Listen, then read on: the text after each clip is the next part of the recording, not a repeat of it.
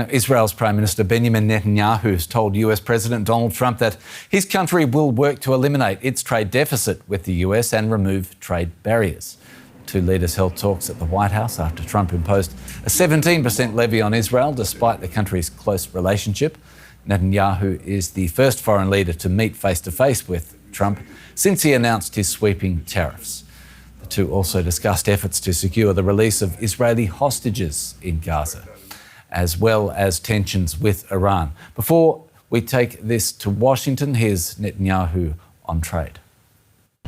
We will eliminate the trade deficit with the United States. We intend to do it very quickly. We think it's the right thing to do.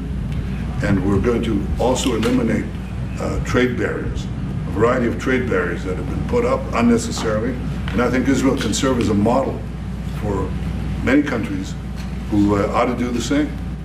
Now it's time for DW's Benjamin Alvarez-Gruber to tell us more about the meeting between Israel's Prime Minister Benjamin Netanyahu, who we just heard, and US President Donald Trump. Prime Minister Benjamin Netanyahu is the first foreign leader to discuss tariffs with President Trump in person. Netanyahu had a clear promise. Israel will eliminate the trade deficit with the United States, calling it the right thing to do so. President Trump, on one side, reiterated his threat to add another 50% tariff on Chinese imports unless that country withdraws its threat to add a 34% tariff on its goods.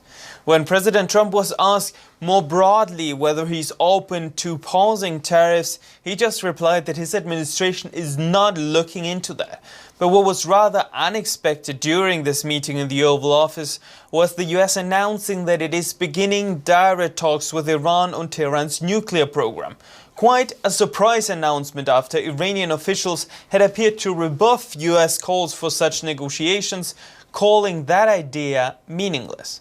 Especially interesting, considering that it was Donald Trump during his last term who withdrew the US from a 2015 deal between Iran and world powers that placed strict limits on Tehran's disputed nuclear activities in exchange for sanctions relief.